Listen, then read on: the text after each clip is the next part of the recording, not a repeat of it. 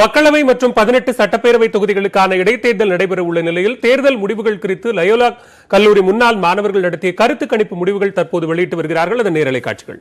பல்வேறு துறை ஆய்வுகளையும் பரப்புரைகளையும் பயிலரங்களையும் பண்பாடு மக்கள் தொடர்பாகும் ஆய்வு தொடர்ந்து மேற்கொண்டு வருகிறது. மக்களின் உள்ளத்தில் உள்ள எண்ணங்களையும் ஆய்வுபூர்வமாக அறிந்து செயல்பூர்வமாக திட்டங்களை முன்னெடுத்து செல்லும் முயற்சியில் 2004 தொடங்கி இதுவரை தமிழகத்தில் உள்ள அனைத்து மாவட்டங்களிலும் பயணம் செய்து பண்பாட்டு மக்கள் தொடர்பகம் நாங்கள் சிறப்பாக செய்து வருகிறோம். சமூகம் அரசியல் தொடர்பான ஆய்வுகளை துல்லியமாக நடத்தியுள்ளோம். தமிழகத்தின் மற்றும் புதுவையில் உள்ள 21ஆம் நூற்றாண்டில் தொடக்க நிலையில் பண்பாட்டு அரசியல் சூழ்நிலையில் பல்வேறு பரிமாணங்களையும் தொடர்ந்து ஆய்வு செய்து வருகிறோம். கலாய்வு முடிவுகள் 2019 நாடாளுமன்ற தேர்தல் நடைபெறும் தருவாயில் தமிழகத்தின் தற்போது அரசியல் நிலவரத்தை தீர்மானிக்கும் காரணிகளையும் அவற்றின் கூட்டு செயல்பாடையும் கணிக்க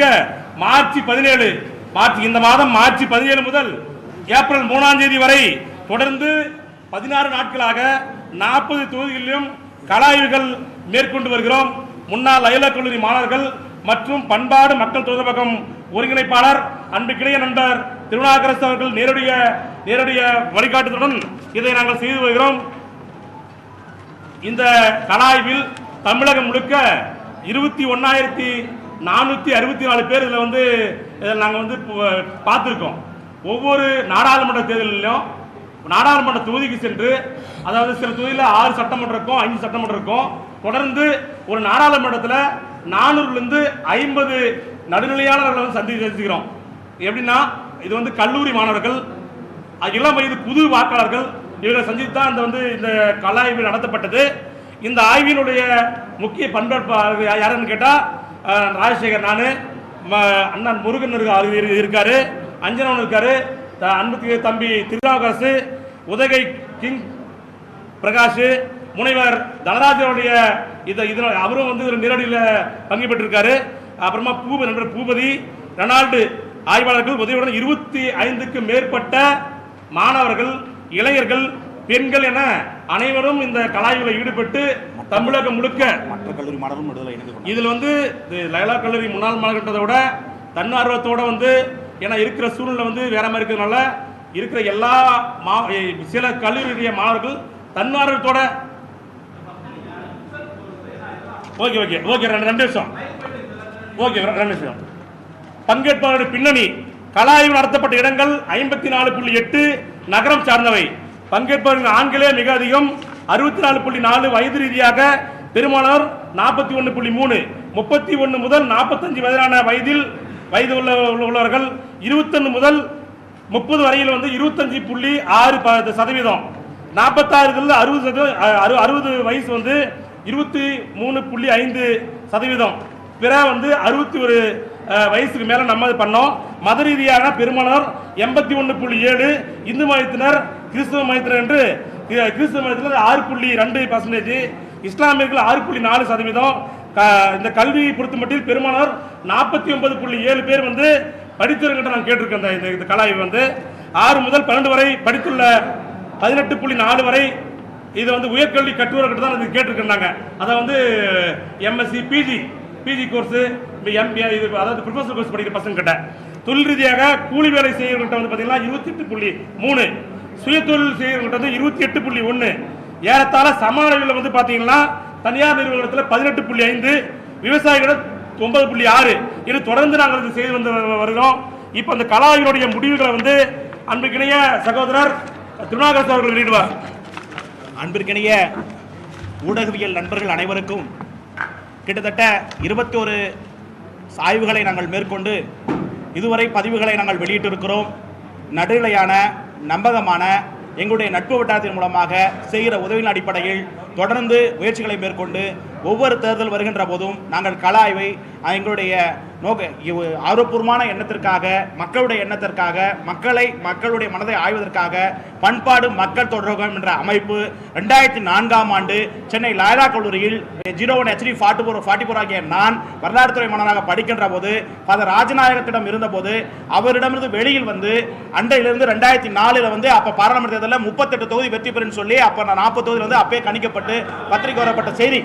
அதுக்கு பிறகு கிட்டத்தட்ட இந்த 21 ஆய்வுகளை நாங்கள் வெளியிட்டிருக்கிறோம். அப்படி இருக்கிற போது இந்த நாடாளுமன்ற 2019 நாடாளுமன்ற தேர்தலில் இப்ப இருக்கிற அரசியல் கலவரங்களை பற்றிய ஆய்வு மார்ச் 17 ஏப்ரல் 3 வரை தமிழகம் முழுக்க 40 தொகுதிகளும் பாண்டிச்சேரி உட்பட தொகுதிகளில் ஆய்வு மேற்கொள்ளப்பட்டோம். அதன் அடிப்படையில் வருகிற போது தமிழகத்தில் இப்ப இருக்கிற தமிழக அரசின் செயல்பாடுகளை பார்க்கின்ற போது தமிழக முதலமைச்சர் திரு எடப்பாடி பழனிசாமி அவர்கள் 2 ஆண்டுகள் ஆக உள்ள நிலையில் அவர் தலைமையான அரசின் செயல்பாடுகள் குறித்து மிக முக்கிய தேவையான பிரச்சனையாக தமிழக மக்களின் மதிப்பீடாக பார்க்கின்ற போது மின்தடையை நீக்கும் நடவடிக்கை எப்படி மின்தடை நடவடிக்கை கேட்கிற போது நன்றுன்னு சொல்லக்கூடியவங்க 51%, சொல்வதற்கு எதுவும் சொல்லி 16%, மோசம் சொல்லக்கூடிய 30.1%.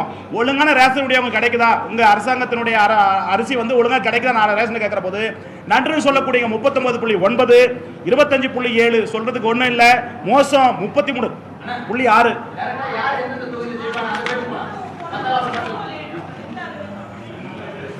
தமிழகத்தில் வரும் 2019 நாடாளுமன்ற தேர்தலில் எந்த கட்சி எந்த தலைமையிலான கூட்டணி தமிழகத்தில் வெற்றி பெற வாய்ப்பு என்று பார்க்கிற போது திமுக காங்கிரஸ் தலைமையான கூட்டணி 49%, அதிமுக பாஜக தலைமையான கூட்டணி 32%, பிற கட்சிகள் அமமுக, நாம் தமிழர், மக்கள் நீதி மையம் இது போன்ற பல கட்சிகளை பிற அது வந்து 19% இருக்கிறது. அதுக்கு அடுத்தபடியாக தற்போதுள்ள தமிழக அரசியல் சூழலில் ஆட்சி கலைந்து தமிழகத்தில் தேர்தல் நடந்தால் யார் முதலமைச்சராக வர வேண்டும்? 1 கமல் 7%, 2 ரஜினிகாந்த் 4%, அன்புமணி 2%, சீமான் 5%, திரு தினகரன் 20%, திரு மதிப்பிற்குரிய இபிஎஸ் ஓபிஎஸ் 22%, திரு ஸ்டாலின் அவர்கள் 33%, பிற 9. பாரத பிரதமர் மோடி அவர்களுக்கு 2019 நாடாளுமன்ற தேர்தலில் மற்றும் ஒரு முறை வாய்ப்பு அளிக்க தமிழக மக்கள் விருப்பப்படுகிறாரா என்று கேள்வி கேட்கிற போது வாய்ப்பு கொடுப்பதற்காக சொல்கிறவர்கள் 27%, மற்ற வாய்ப்பு இல்லைங்க அவருக்கு அடுத்த பிரதமர் நாங்கள் வாக்களிக்க மாட்டோம் சொல்லக்கூடியவங்க வந்து 55%, கருத்து சொல்ல விருப்பம் 3% பேர் சொல்லியிருக்காங்க. அதுக்கு அடுத்தபடியாக யாருக்கு வாக்கு தற்போதைய அரசியல் சூழ்நிலையில் அப்படின்னு பார்க்கிற போது முதலிடத்தில் திமுக 24%, இரண்டாவது அதிமுக இபிஎஸ் 18.5, இரண்டாவது அமமுக டிடிவி 15%, காங்கிரஸ் 4.0, பாமக 2.7, பாஜக 1.37, தேமுதிக 2.20, நாம் தமிழர் 2.18, மார்க்சிஸ்ட் 1.22, மக்கள் நீதி மையம் 3.59, பிற 14.5, நோட்டா 4.0, இப்போது சொல்ல முடியாது 8.92. தமிழக மக்களின் பிரச்சனைகளை தீர்க்கும் கட்சி அப்படின்ற மக்களின் பார்வையில் பார்க்கின்ற போது DMK 32.9, TTV Dhinakaran AMMK 20.25, EPS OPS 26.21, Makkal நீதி மையம் 9%, பிறர் 11. தற்போதைய அதிமுக அரசு தாக்குப்பிடிக்க காரணம் என்று கேட்கிற போது பிஜேபியின் தலையீடு 59% மக்கள் சொல்றாங்க. முதல்வரின் ஆளுமை 38%, கருத்து சொல்ல விருப்பலை 3% மக்கள் சொல்றாங்க. தமிழக மக்கள் வந்து அடுத்த 10 முறை யார் வரும்னு கேட்கிற போது மோடி அவர்கள் 27.9%, ராகுல் காந்தி அவர்கள் 35.75%, மன்மோகன் சிங் அவர்கள் 7.1%, பிரியங்கா காந்தி அவர்கள் 4.4%, மம்தா பானர்ஜி 4.22%, மாயாவதி 3.1%, அகிலேஷ் யாதவ் 4.0%, சரத்பார் 0.8%, தேவகவுடா 3.0%, பிறர் 9.22. பாஜக அரசு வரும் 2003 நாடாளுமன்ற தேர்தலில் தோல்வியடைவதற்கான காரணங்கள் சொல்லியிருக்கோம். அது ஃபுல்லா நீங்க பாத்துங்க. அதுக்கு அடுத்தபடியா இப்ப 2019 நாடாளுமன்ற தேர்தலில் பாத்தீங்கன்னா திருவள்ளூர் தனி தொகுதி காங்கிரஸ் வெற்றி பெற வாய்ப்பு இருக்கிறது. அது எப்படி சொன்னீங்கன்னா அதிக வாக்கு வித்தியாசம் எல்லாம் கிடையாது. அதிமுக கூட்டணி 40%, திமுக கூட்டணி 41, அமமுக 13, மற்றவை 6. டெண்டில் தான் இருக்கு. ரொம்ப டஃபா இழுபறியில தான் அங்க இருக்கு. ஆனா 1% முன்னிலை இருக்கிறதுனால இப்ப இருக்கிற சொல்ல காங்கிரஸ் வெற்றி பெற சொல்லி இப்ப இந்த 3ஆம் தேதி வரை இருக்கிற அப்டேட் தான் அங்க பதிவு பண்ண போறோம். அப்புறம் வடசென்னை திமுக வெற்றி, தென் சென்னை திமுக வெற்றி, மத்திய சென்னை திமுக வெற்றி, சிறுபம்பூர் திமுக வெற்றி, காஞ்சிபுரம் தனி திமுக வெற்றி, அரக்கோணம் திமுக வெற்றி, வேலூர் இழுபறி. அது சில அங்க மக்கள் வந்து பாத்தீங்கன்னா அந்த வேலூர்ல வந்து கட்சி அந்த திமுக கட்சியை சார்ந்தவர்களே பாத்தீங்கன்னா வாக்களிக்க கொஞ்சம் தயங்குறாங்க. அங்க சூழ்நிலை வேற மாதிரி இருக்குதுன்னா அந்த இழுபறி சூழ்நிலை அங்க ஏற்படுகிறது.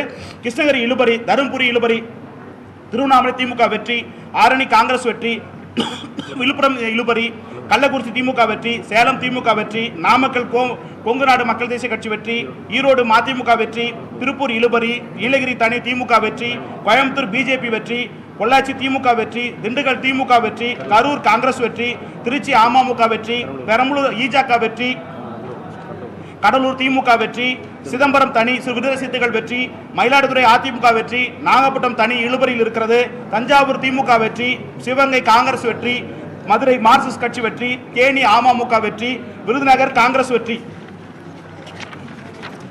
ராமநாதபுரம் இழுபறி, தூத்துக்குடி திமுக வெற்றி, தென்காசி தனி இழுபறி, திருநெல்வேலி அதிமுக வெற்றி, கன்னியாகுமரி காங்கிரஸ் வெற்றி, புதுச்சேரி காங்கிரஸ் வெற்றி.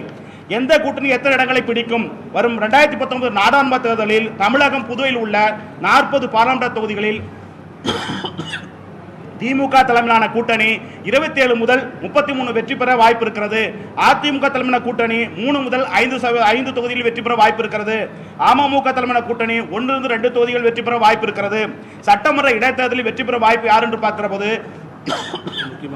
18 சட்டமன்ற இடைத்தேர்தலில் திமுக 9-11 தொகுதிகளிலும் வெற்றி பெற வாய்ப்புள்ளது. அதிமுக 2 அல்லது 3 தொகுதியில் வாய்ப்புள்ளது. அமமுக 3 முதல் 4 தொகுதியில் வெற்றி பெற வாய்ப்புள்ளது. மற்ற 2 தொகுதியில் கணிக்க முடியாத சூழ்நிலை அந்த தொகுதியில் இருக்கிறது.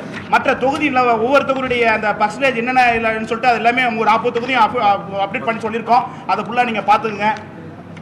அதுக்கு அடுத்தபடியா வாக்காளர்கள் மனநிலை இப்போ முக்கியமாக கவனிக்க வேண்டியதுன்னா தமிழகத்தின் தற்போதைய வாக்காளர் மனநிலை பார்க்கும்போது நடுத்தர மற்றும் ஏழை வாக்காளர்கள் மத்தியில் பணத்தை பெற்றுக்கொண்டு வாக்களிக்கும் மனோநிலை பெருகியிருக்கிறது.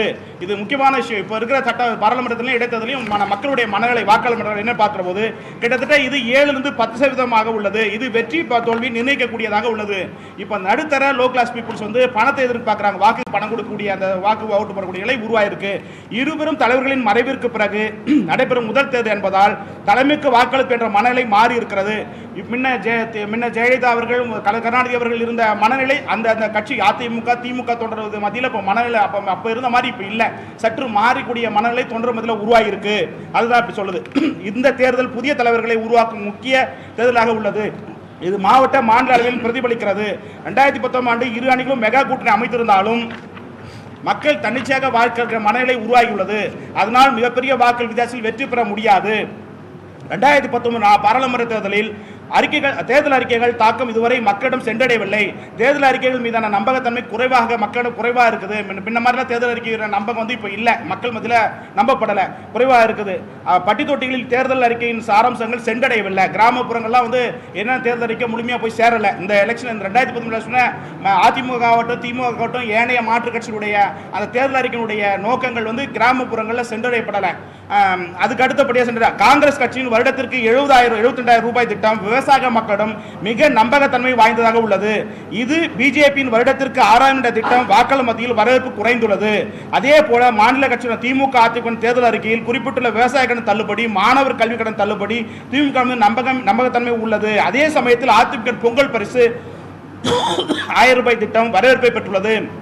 இதன் மூலம் தமிழக முதல்வர் எடப்பாடி பழனிசாமி மீது மக்களின் நல்ல அபிப்பிராயம் உருவாகியுள்ளது.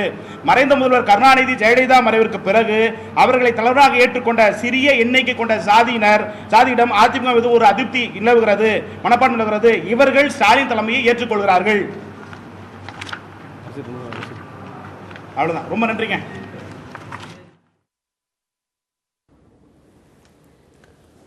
லயோலா கல்லூரி முன்னாள் மாணவர்களினுடைய கருத்து கணிப்பு முடிவுகள் தற்போது வெளியிடப்பட்டுக் கொண்டிருக்கிறது. அதன் நேரலை காட்சிகளை நாம் பார்த்துக் கொண்டிருக்கிறோம். பல்வேறு விவரங்களின் அடிப்படையில் இந்த தேர்தல் தொடர்பான கருத்து கணிப்பு முடிவுகள் வெளியிடப்பட்டிருக்கிறது. தொடர்பான விரிவான விவரங்களை நாம் பின்னர் வரும் செய்தி தொகுப்புகள்